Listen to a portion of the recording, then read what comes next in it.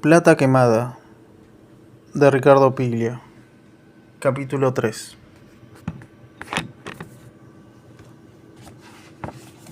Los diarios de la noche trajeron títulos catastróficos con la noticia. Las primeras hipótesis hacían pensar en un ataque tipo comando.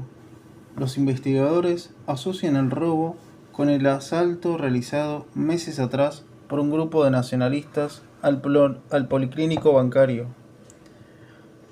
Había, según los trascendidos, elementos comunes, gente de Tacuara o de la resistencia peronista, suboficiales del ejército, dados de baja y entrenados, según se dice, por la guerrilla argelina. Los argelinos, como los llaman en el movimiento, dirigidos por José Luis Nel y Joe Baxter, entraron en el policlínico con ametralladoras y se levantaron $300.000. La policía estaba siguiendo una línea de investigación en la que elementos del nacionalismo peronista habían comenzado a operar con delincuentes comunes, en una combinación explosiva que tenía muy preocupadas a las autoridades. Y algo de eso había. Hernando Heinlein, Nando, un ex integrante de la Alianza Libertadora Nacionalista, conocido grupo de choque en los tiempos de Perón, estaba citado con Malito en el aguantadero de la calle Arenales para resolver las operaciones de repliegue y retirada de la banda. Nando era un hombre de acción, un patriota según algunos, un service según otros, un lumpen sanguinario según los canas de coordinación. Las informaciones de los diarios circulaban entre líneas y había muchas operaciones de contrainteligencia en medio de las noticias. Por ejemplo, se afirmaba que al revisar el Chevrolet abandonado, la policía había confirmado la sospecha de que uno de los asaltantes iba herido. Se encontraron dentro del coche un pullover gris de mangas largas, una toalla y un saco manchados de sangre. Había droga en el piso del auto, varias jeringas y un frasco de anticoagulante. Además, se encontraron 2 metralletas Halcón calibre 45 de doble cargador y capacidad para 64 balas y una caja de proyectiles sin usar. Como detalle ilustrativo de la peligrosidad de los asaltantes, dicen los diarios, se consigna el hecho de que la ametralladora fue accionada luego de trabarle el seguro con un perno con el fin de que, al disparar, salieran directamente las ráfagas en descargas completas de 50 tiros. El auto presentaba 4 impactos en la parte trasera izquierda, cerca de donde quedó accidentado el coche. De los pistoleros había un bolso tipo marinero con 18.000 pesos adentro. Según información de último momento, los policías que investigan el sangriento asalto prestan especial atención a los bolsos abandonados por los malhechores en su fuga, algunos en el Chevrolet accidentado, otros caídos durante la persecución. Son de lona, tipo marinero, y se presume que fueron preparados para llevar el dinero robado. Ese tipo de bolsa es usado por las reparticiones militares. La policía busca contacto con elementos de la prefectura naval. Examinadas por otro lado, las armas abandonadas en el Chevrolet por los asaltantes, al producirse el choque, se estableció que los cargadores de la ametralladora 9 milímetros podían pertenecer a un arma de este tipo, marca Bergmann alemana o Piripipi paraguaya. Por lo demás, la ametralladora Halcón calibre 45 es un arma de uso militar. Por ello, la investigación ha abierto un cauce hacia los presuntos contactos militares de la banda.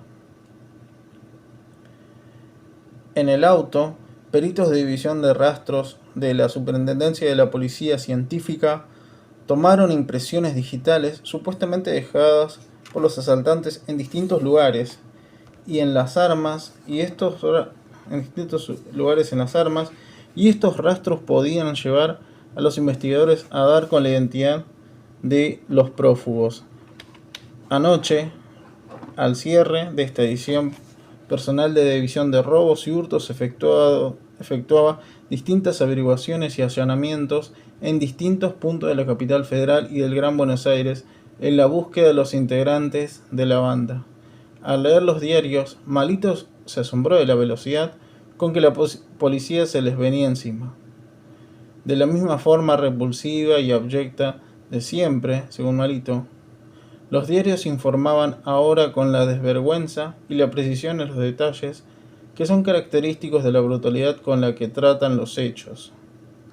La niña, Andrea Clara Fonseca, de 6 años, que se desprendió de la mano de su madre, fue alcanzada por una ráfaga de la metralla que uno de los delincuentes había disparado, y su rostro quedó convertido en una cavidad sangrante. Una cavidad sangrante, volvió a leer en las palabras con lentitud Malito, sin pensar en nada, sin ver otra cosa que las letras y la imagen borrosa de una nena rubia parecida al angelito desnudo de una iglesia. A veces, la cruel delectación con la que leía las noticias policiales era una prueba de su imposibilidad de dilucidar la raíz moral de los hechos de su vida, porque al leer sobre lo que él mismo había hecho, se mostraba satisfecho por no ser reconocido, pero a la vez triste por no ver su foto y secretamente admirado por la difusión de la desgracia que es devorada con ansiedad por miles y miles de lectores. Malito era entonces, como todos los pistoleros profesionales, un ávido lector de la página policial, de los diarios, y esa era una de sus debilidades, porque el sensacionalismo primitivo que resurgía brutal ante cada nuevo crimen, la nena rubia cuya carita había sido desfigurada por un tiro, le hacía pensar que su cabeza no era tan extraña a la de los sádicos degenerados que se alucinan con los horrores y las catástrofes. Le hacía sentir que su mente era igual a la mente de los tipos que habían hecho lo que leía en los diarios, y en secreto se pensaba como uno de los criminales, aunque en público todos lo tenían por un tipo frío y calculador, un científico que organizaba sus acciones con la precisión de un cirujano. Claro que el cirujano, por ejemplo, su padre, vivía con las manos tintas de sangre, desgarrando la carne de enfermos desnudos e indefensos y trepanando con sofisticados instrumentos de punción y sierras mecánicas el cráneo vivo de sus víctimas amadas. Dejar el Chevrolet abandonado había sido un error, y ese error le daba a la policía una serie de pistas que podían provocar un dominó de caídas en cadena. Malito sabía que habían allanado el hotel de San Fernando, donde habían pasado con el Chueco Bazán la noche anterior al asalto. La policía, por supuesto, no revelaba toda la información descubierta. De un modo a la vez indiferente y amenazador, la policía aseguraba tener ya los identikits de por lo menos 2 integrantes de la banda. Así lo afirmó a la prensa el segundo jefe de la División Robos y Hurtos de la Policía de la Zona Norte de la Provincia de Buenos Aires, comisario inspector Cayetano Silva. Descartó de plano la posibilidad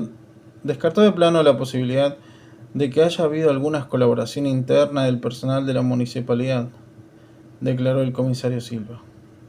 Estaba tirando cortinas de humo para proteger su línea de información. Malito tuvo la sensación de que los tenía en la puerta. Las cosas nunca salen como uno las piensa. La suerte es más importante que el coraje, más importante que la inteligencia y las medidas de seguridad. El azar, paradójicamente, está siempre del lado del orden establecido y es, junto a la deleitación y a la tortura, el medio principal que tienen las pesquisas para cerrar el lazo y atrapar a los que tratan de hacerse invisibles en la selva de la ciudad. Pese al mutismo de los jefes policiales, trascendió que surgieron pistas firmes que llevaron a los investigadores hacia los contactos políticos de la banda. Tampoco se descarta que los pistoleros hayan sido contratados y actúen como muletos de una organización más amplia. Se habla extraoficialmente de una operación sostenida por las redes clandestinas de la así llamada resistencia peronista. La policía investiga con firmeza en los ámbitos frecuentados por antiguos militantes de la organización liderada por Marcelo Queralto y Patricio Kelly. Hernando Heglein, Nando, estaba desvinculado de los circuitos del nacionalismo peronista y solo mantenía contactos esporádicos con algunos militantes sindicales y con excombatientes del movimiento que se dedicaban a traficar con armas, a alquilar aguantaderos y proveer los talleres clandestinos donde se fabricaban pasaportes y documentos falsos, y falsas cartas de Perón, llamando a la rebelión armada.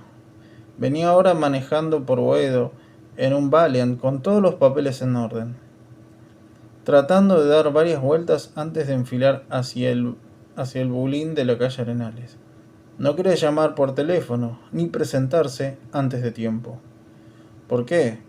Como todos los que andan por la ciudad con la policía prendida en los talones, temía meterse en una perrera y entrar a un embute envenenado, con los tiras esperando en el depto, y caer en una trampa. Varias veces había logrado zafar, Nando, por puro instinto, porque tenía una manera muy ordenada de campanear los signos raros cuando tenía que ir a una cita.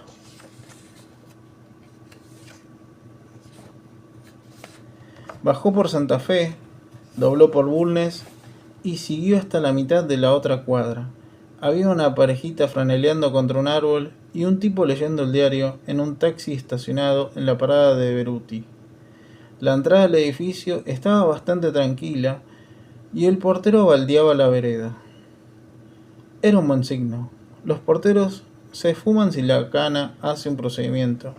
La mitad de los porteros de Buenos Aires estaban afiliados al Partido Comunista y la otra mitad eran buchones de la cana, pero ninguno se hacía ver si los tiras habían armado una emboscada.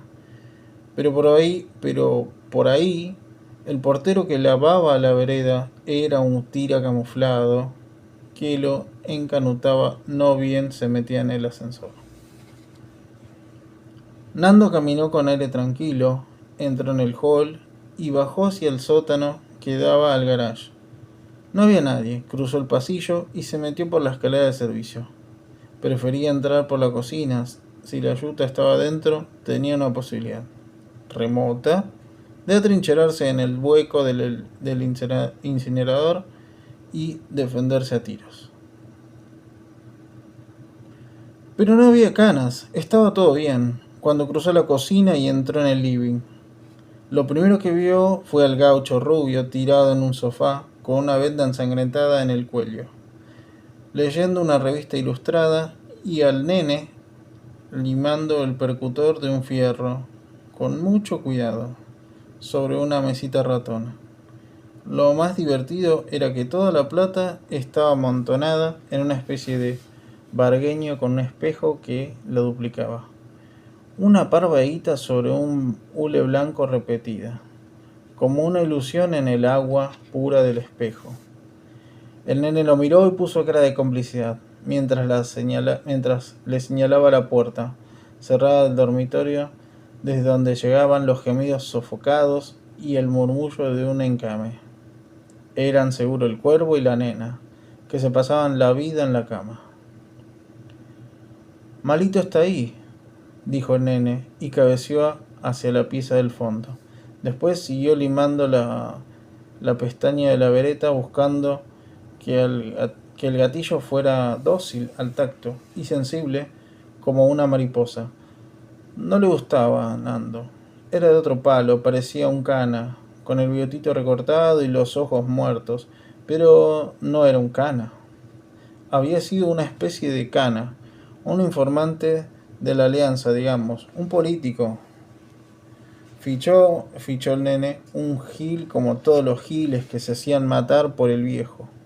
Los más envenenados, al final, se empezaron a juntar con los comunes, según decían, para reventar armerías y asaltar bancos con el pretexto de juntar plata para la vuelta de Perón.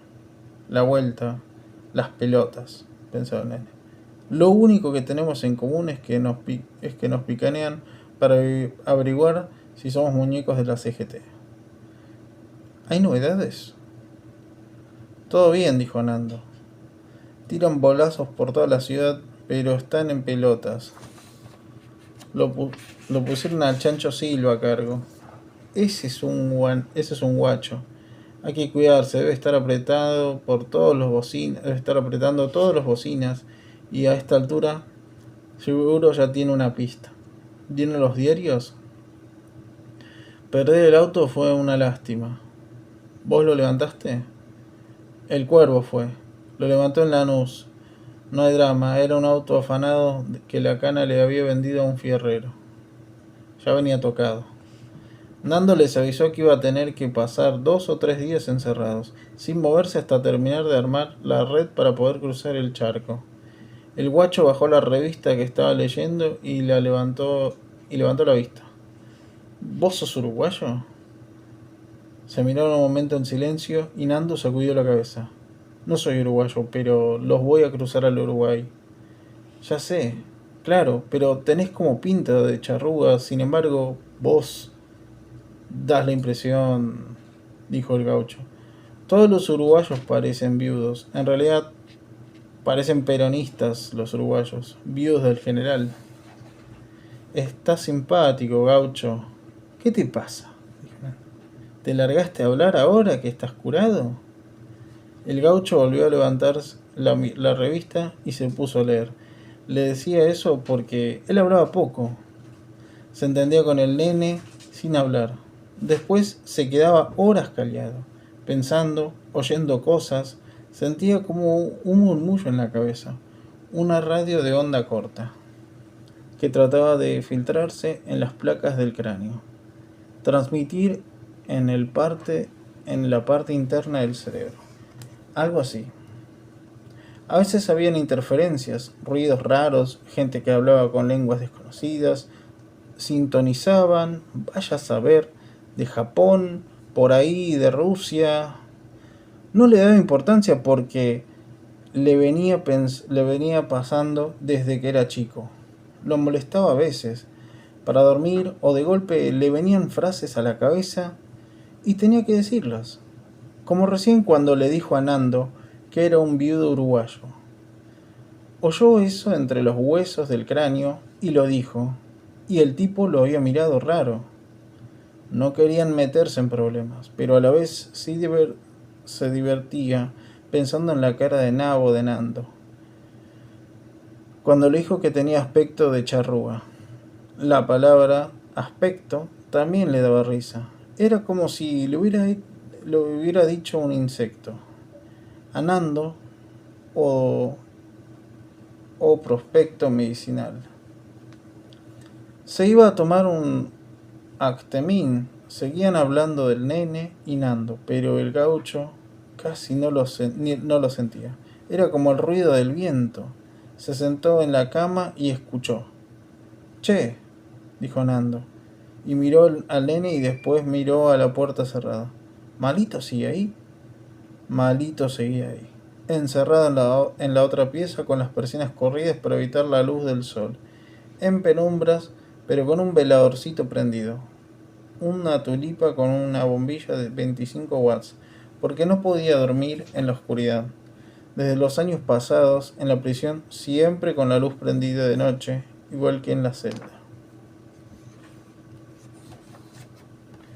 Nando había conocido a Malito en la cárcel de Sierra Chica en el 56 o 57. Lo recordaba como un chico reservado, muy joven, que había caído por errar entre los políticos. Torturaban a todos los que caían como si fuera un método de identificación.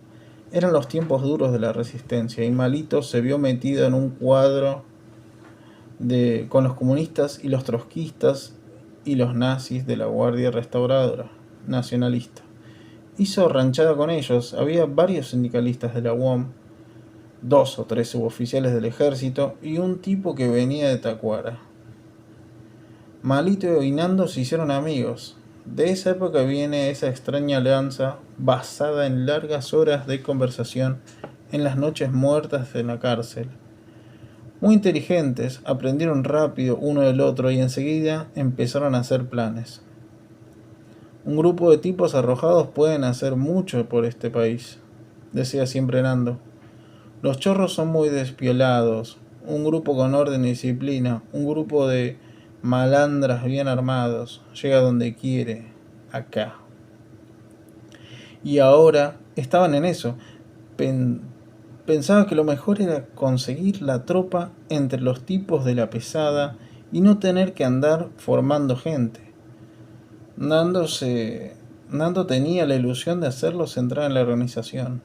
Poner caños, robar bancos, cortar líneas eléctricas, provocar incendios, disturbios. Las cosas habían salido al revés y los tipos de la pesada habían terminado por llevárselo ganando. Como organizador.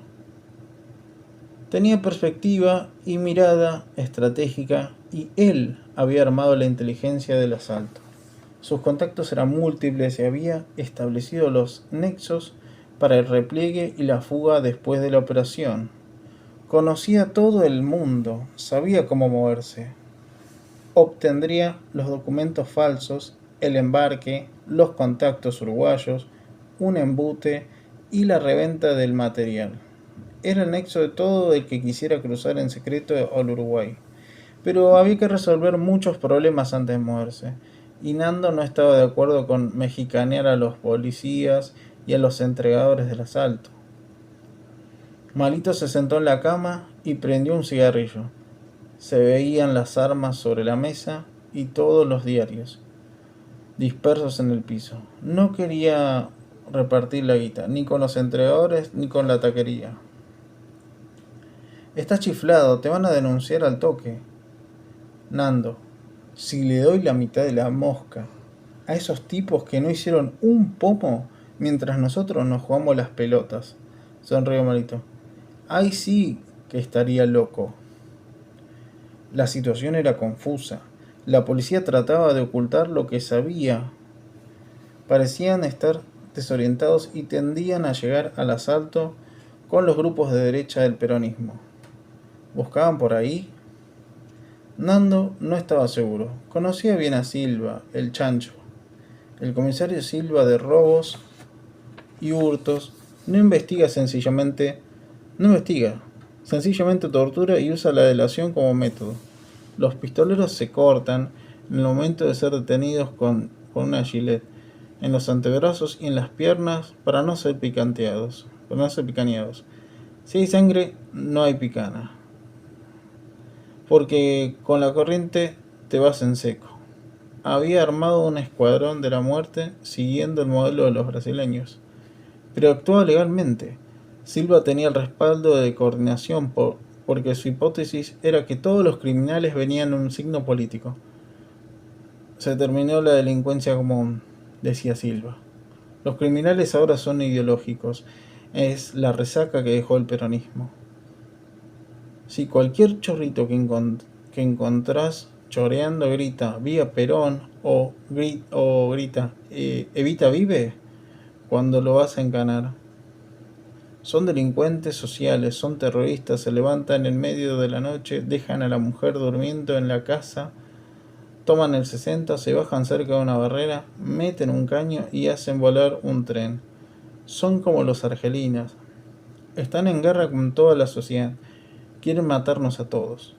Por eso, según Silva, había que coordinar con la inteligencia del Estado la acción policial y limpiar la ciudad de esta bosta. Frío. Un tipo profesional, inteligente, bien preparado, pero muy fanático. El comisario Silva tenía una historia rara, que nadie conocía bien. Le habían matado a una hija en un atentado a la salida del colegio, decían algunos. Le habían dejado paralítica a la mujer, la tiraban por el hueco del ascensor, decían otros. Le habían metido un tiro en los huevos y era impotente. Corrían esas historias, varias versiones. Era un paranoico, no dormía nunca, tenía una serie de ideas extravagantes sobre el futuro político y el avance de los comunistas y de los grasas. Y bajaba línea. Todo el tiempo hacía discursos, explicaba. La gente de la resistencia peronista, resumía Silva, cansada de la militancia heroica, había empezado a chorear por su lado. Había que cortar esa conexión porque si no iba a volver el tiempo de los anarquistas cuando no se distinguían de los chorros de los políticos. La policía brava de la provincia de Buenos Aires venía llevando una campaña de exterminio. Mataban a todo el que encontraban con armas y no querían presos. Y habían encontrado apoyo en el jefe de la coordinación federal que veía venirse la maroma en cada huelga. Silva se malicia lo que está pasando. Va a esperar un poco más porque quiere estar seguro, pero está lleno de buchones que lo tienen al día. ¿Ustedes hablaron con él? Hay gente nuestra en jefatura, sabemos lo que hacen, pero Silva se corta solo, no se confía ni de la madre. ¿Te das cuenta?, dijo Nando. Sí, dijo Marito. Estaba preocupado. Llamalo a Mereles. Mereles salió de la catrera, donde estaba encamado con la nena, y fue a la pieza y se encerró con Malito y con Nando. Al rato volvió a salir con la cara de aburrido. Vení adentro, nene, le dijo y miró al gaucho. Dice Malito que pares la oreja y que biches de vez en cuando por la banderola que da a la calle. Dorda tenía una herida en el cuello sin importancia. Una bala le había rebotado en la culata del arma y se había desviado hacia el cogote. Empezó a sangrar y todos pensaron que se moría. Pero cuando pasaron las horas, la herida cicatrizó y se lo veía mejor. Estaba debilitado porque había perdido mucha sangre y el nene le había hecho algunas curaciones. ¿Qué está pasando? Nada, yo te aviso. Dorda no se movió. Lo miró al nene Briñone, que se metía la pistola en la cintura y se iba también a la otra pieza. Despertate, gaucho, le dijo el cuervo desde la puerta, y vigila la pajarera. El gaucho Dorda se quedó solo en el cuarto. Siguió tirado en el sofá y buscó en el piso el frasco de las anfetas y se tomó un par de en seco.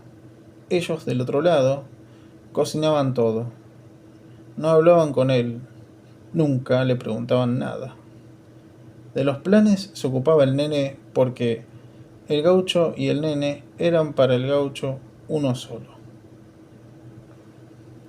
Hermanos mellizos, gemelos, los hermanos Corsos. Es decir, trataba de explicar Dorda. Se entendían a ciegas, actuaban de memoria, le parecía así a él que sentía lo mismo que el nene Briñone. Dorda dejaba entonces que la rutina diaria la armara el nene. La plata y las decisiones significaban poco para él. Su interés exclusivo eran las drogas, su oscura mente patológica. Decía el informe psiquiátrico del doctor Bunge. Pensaba rara vez en otra cosa que no fueran las drogas, y las veces que escuchaba en secreto. Era lógico, según el doctor Bunge, que dejara el gaucho las decisiones a cargo del nene Briñone. Un caso muy interesante de simbiosis gestáltica. Son dos, pero actúan como una unidad. El cuerpo es el gaucho, el ejecutor pleno, un asesino psicótico. El nene es el cerebro y piensa por él.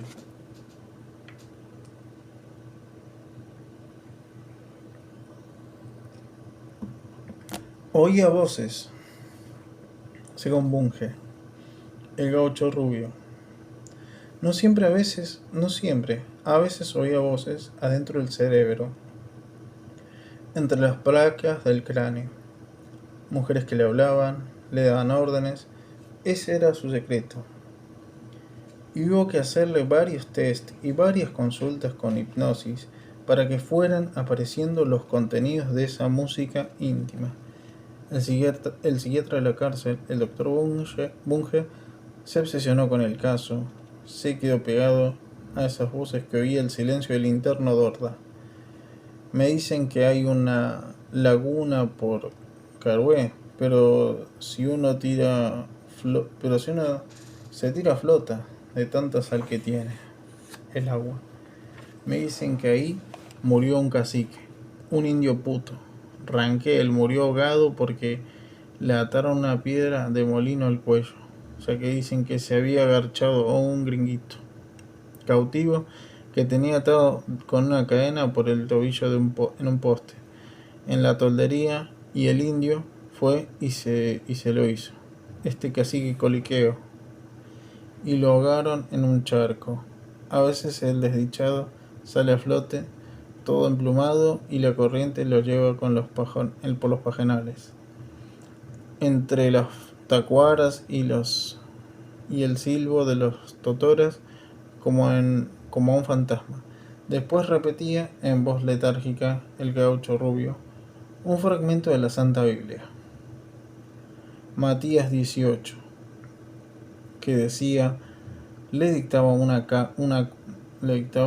cura, y a cualquiera que escandalizare a un gringuito, mejor le fuera con que se colgase al cuello una piedra de molino y se le negase en lo profundo de la laguna de Carué. Salvo por las voces, era un tipo normal. A veces el doctor Bunge incluso pensaba que era un simulador Dorda, que buscaba zafar de la ley y se hacía loco para no ser condenado en el informe. De todos modos, Bunge explicó que la caracteriopatía de Dorda, como la de un esquizo con tendencia a la afasia, porque oía voces, hablaba poco, pero por eso era callado. Los que no hablan, los autistas, están todo el tiempo sintiendo voces, gente que habla, viven en otra frecuencia, ocupados por un murmullo, un cuchicheo interminable, oyendo órdenes, gritos, risas sofocadas. Le decían guacha a veces las voces. Lo llamaban así esas mujeres al gaucho Dorda. Vení guacha, yeguita, y él se quedaba quieto, sin moverse, para que nadie oyera lo que le estaban diciendo. Triste, mirando al aire, con ganas a veces de llorar, pero sin llorar, para que nadie se diera cuenta de que era una mujer. Su mayor orgullo era su sangre fría y su decisión. Nadie podía leerle el pensamiento, ni escuchar lo que le decían las mujeres. Usaba un par de anteojos de sol, clipper, con cristales espejo, que habían encontrado en un auto, una tarde en que había robado a un bacán cerca de Palermo.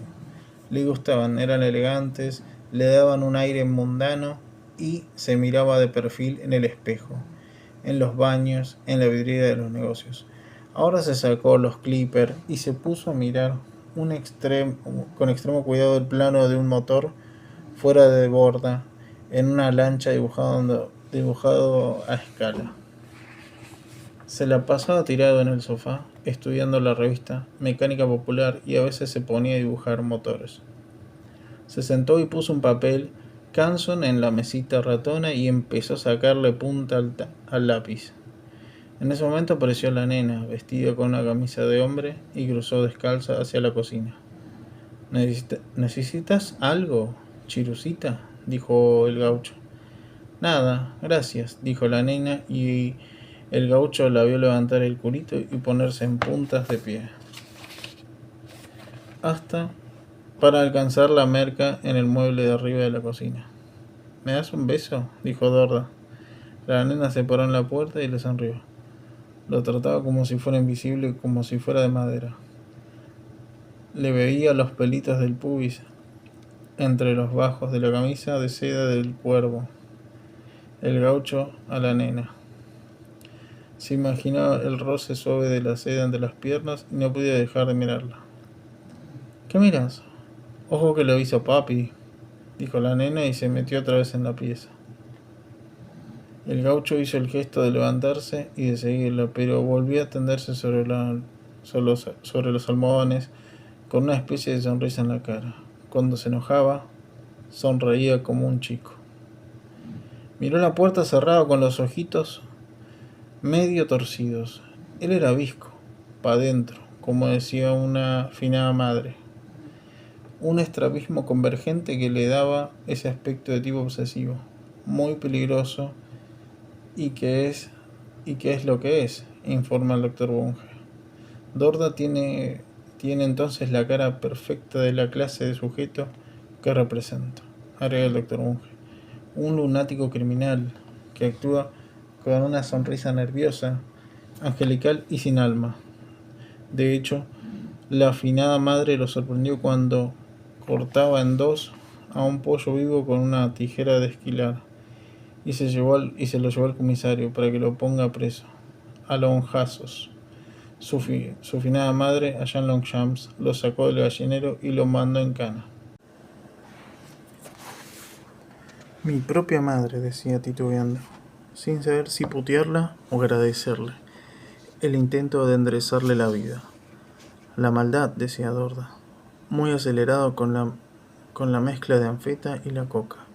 No es algo que se haga con la voluntad, es una luz que viene y que te lleva. Lo tuvieron varias veces de chico, hasta que a los 15 lo mandaron al neuropsiquiátrico de Melchor Romero, cerca de La Plata.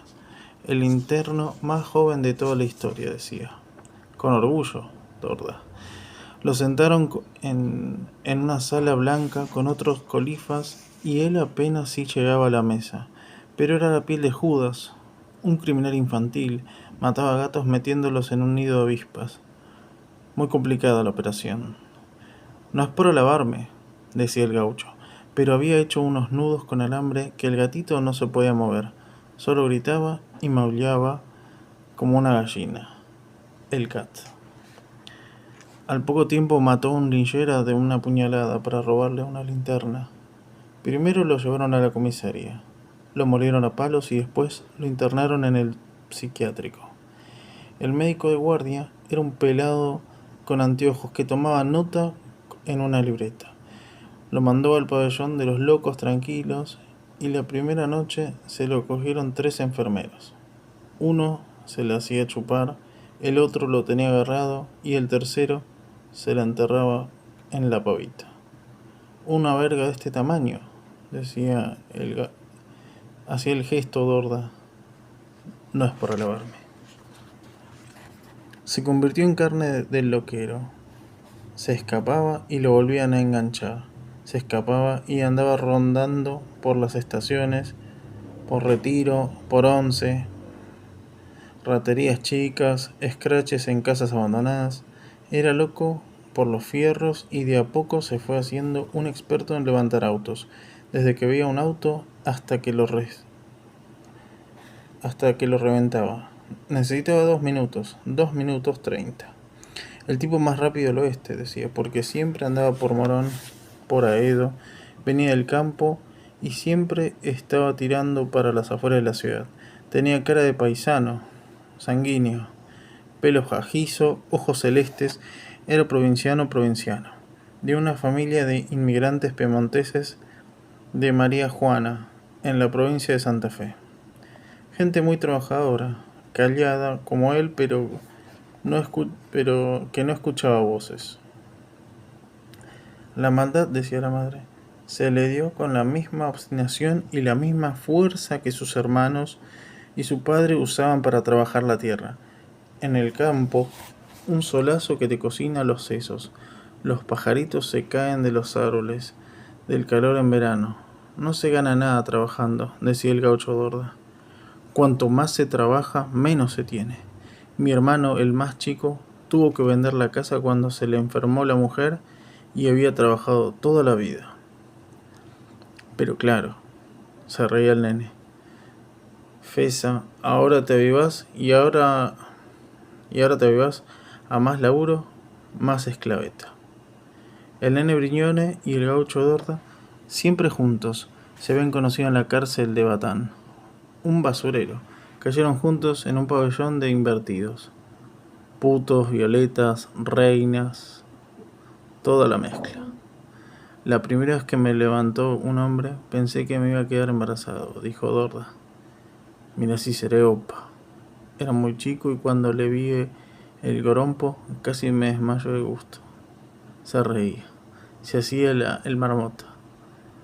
Dorda ponía nervioso a Malito, que era muy profesional. No le gustaban las guarangadas. No le gustaban los putos a Malito. Hablaban demasiado según él. Pero no era verdad, le discutía el nene. Había reinas que se habían aguantado la picana sin decir ni pío. Y él conocía a varios que se hacían los machitos y cuando veían la goma empezaban a cantar. La loca Margarita, un travesti, se llenó la boca de gilets y se cortó que era un desastre. Y le mostró la lengua a la yuta y le dijo: si querés te la chupo, querido, pero a mí vos no me vas a hacer hablar. La mataron y tuvieron que tirarla al río en Quilmes, desnudo, con la pulsera y los aritos, pero no le sacaron una palabra. Hay que ser muy macho para hacerse coger por un macho, decía el gaucho Dorda, y sonreía como una nena, más frío que un gato. A un tipo le clavó una aguja de tejer en un pulmón.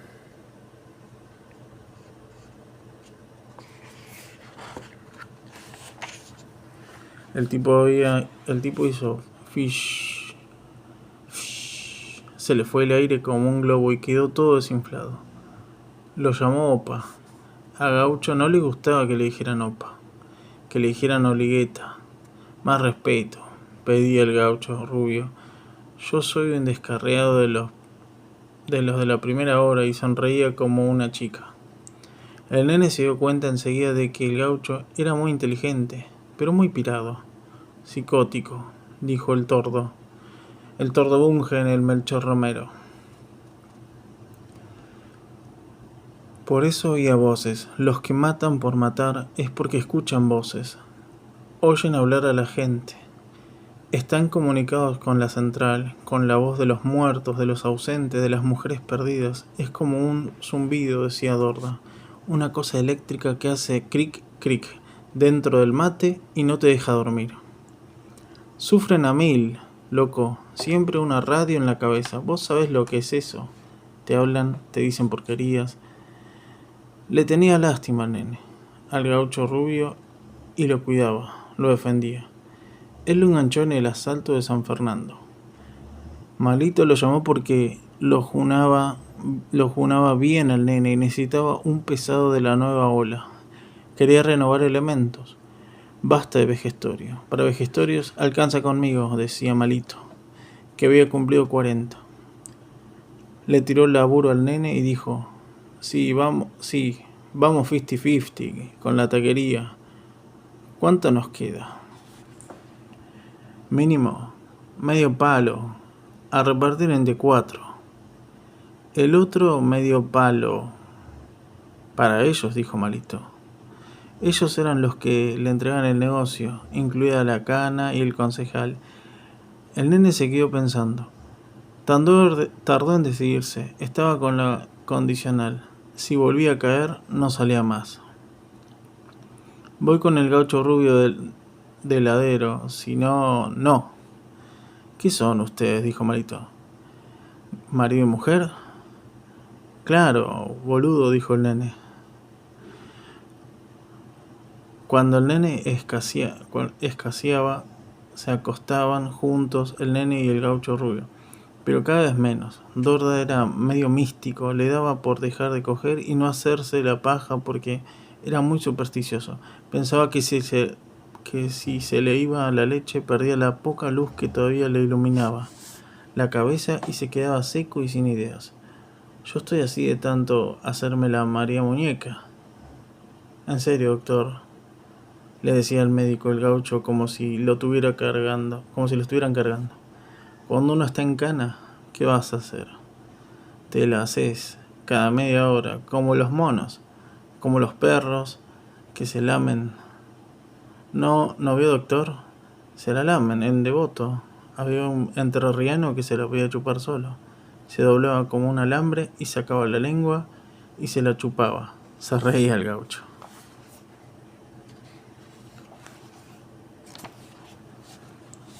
Bueno, Dorda, dijo el doctor Bunge, está bien por hoy. Y anotado en la ficha.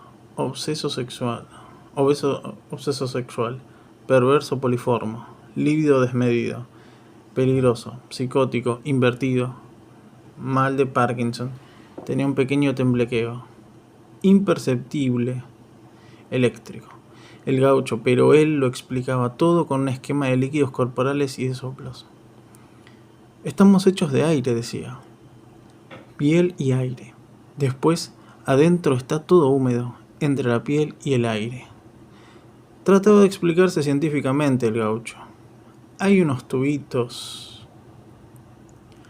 La visión del hombre, como un globo, se le confirmó cuando vio que el tipo al que había atravesado con la aguja de tejer se desinflaba y quedó como un trapo tirado en el piso. El tipo en el piso, como ropa sucia.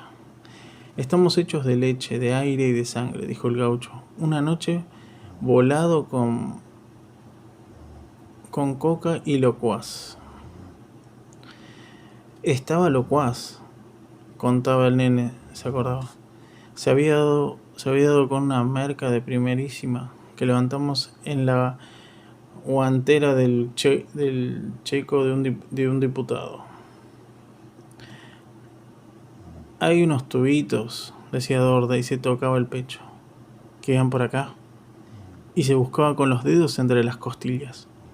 Son como de plástico y se vacían y se llenan, se vacían y se llenan. Cuando están llenos, pensás. Cuando están vacíos, dormís. Lo que te acordás, ponele cuando sos chico, es porque patinan en el aire. Pasan por ahí las cosas que te acordás, los recuerdos. No, nene. Claro, decía Briñone. Le daba la razón. Muy inteligente, Dorda. Muy cerrado, con ese problema que tenía la afasia, la mudez, porque de golpe durante un mes no hablaba. Se hacía entender con señas y con gestos. Ponía los ojos así y cerraba los labios para hacerse comprender. Solo el nene lo captaba.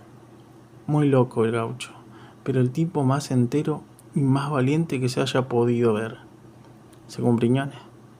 Una vez, con una 9, se enfrentó a la yuta y los tuvo a raya hasta que el nene pudo entrar con un auto marcha atrás y sacarlo en Lanús.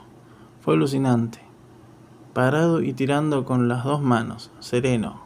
Boom, boom, boom, con una elegancia y los canas cagados de miedo. Cuando ven a un tipo así, decidido, que no le importa un velín, le tienen respeto. Si hubiera una guerra, supongamos que hubiera nacido en la época del general San Martín, el gaucho, decía el nene, bueno, tendría un monumento, sería, no sé, qué sé yo, un héroe, pero nació fuera de época. Tiene ese problema de expresión que lo vuelve muy metido para adentro. Perfecto para hacer trabajos especiales. Va y mata a quien sea. En un abrir y cerrar de ojos. Una vez en un robo, el cajero no quería creer. Pensó que era una broma. Se hacía el boludo. El cajero, en el banco, porque no mostró las armas, el gaucho. Dijo, te asalto. Y el ganso del cajero, cuando lo vio con esa cara de atrasado mental, pensó que era una broma, que era un gracioso. Salí, le dijo, o dejate de joder, tarado, le habrá dicho. Dorda movió la mano apenas, así, en el bolsillo del guardapolvo, porque se había vestido con un guardapolvo blanco de médico, y le reventó la cara de un tiro. Los del banco se encargaron ellos mismos de llenarle la bolsa con la plata cuando vieron cómo sonreía. Después de haberlo matado, al cajero, un tipo muy pero muy pesado, el gaucho Dorda, un rayeta total. Ya no lo fajan los canas, no lo pasan por la máquina. Lo puedes matar, si igual no habla. Me haces acordar a un tipo que me levanté una vez en retiro, en el baño. Te conté, gaucho. Era como vos. Yo estaba meando. El tipo me rodeaba, me miraba el pedazo, me rondaba entonces. Yo lo chamullo y el tipo me muestra un papel que dice, soy sordomudo. Pero se la mandé a guardar igual. Y me pagó. Una gamba y media. Soplaba cuando me lo estaba agarchando. Claro, no podía decir nada, pero soltaba el aire. Soplaba, gozando. Soy sordomudo, contaba el nene, y se reía y el gaucho lo miraba, contento, y se reía también con una risita turbada. Se acordaba Dorda y lo quería el nene. No podía expresarse, pero era capaz de dar la vida por riñones. Ahora hizo un esfuerzo y se levantó.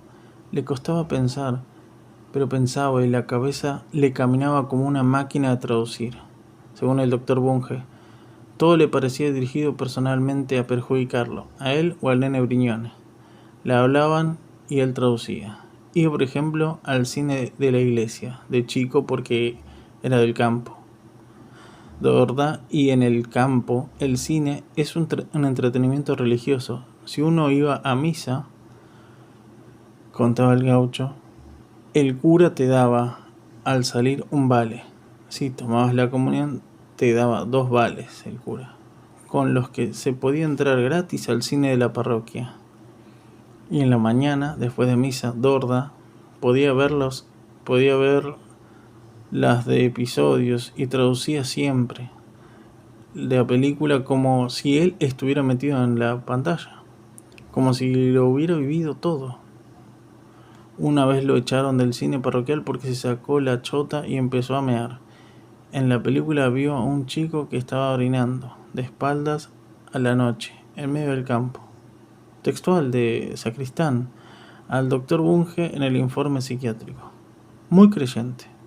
Dorda siempre quiso estar en la gracia de Dios, e incluso su madre declaró que había querido ser sacerdote del Valle, pueblo próximo a 5 kilómetros de la casa de la familia, donde están los hermanos del Sagrado Corazón, pero cuando fue, se lo levantó una hinchera en el camino y ahí empezaron todas sus desdichas. En ese momento Mereles salió de la pieza. ¿Qué haces, huevón?, le dijo el gaucho, que estaba como soñando. Vení, tenemos que bajar a hablar por teléfono. Habían resuelto no pagar y mexicanear a todo el mundo. Por eso Malito había decidido cambiar los planes y llamar al Chueco Bazán. Eran las 6 de la mañana del jueves. No le hizo decir al Chueco dónde estaban escondidos, pero lo mandó a una cita con Fontán Reyes en un bar de Carlos Pellegrini y Lavalle, para que lo entretuviera mientras ellos se desplazaban al otro aguantadero. Dio la orden de salir y replegarse a la casa de Nando en Barracas, y ahí fueron a esperar que se armara los contactos para cruzar al Uruguay. Alto, flaco, con ojos de buitre y una sonrisa de superioridad en los labios. El Chueco Bazán fue detenido 3 horas después de esa llamada. Para cubrirlo, el comisario Silva dijo que lo detuvieron rondando cerca de la plaza, donde se había cometido el robo. Tenía un arma, dijo que llevaba la pistola para matar perros vagabundos que sobran en Hurlingham. En realidad, era un informante de la policía. Silva lo tenía enganchado desde hace un año como buchón a cambio de dejarlo circular por el Bajo con drogas y mujeres.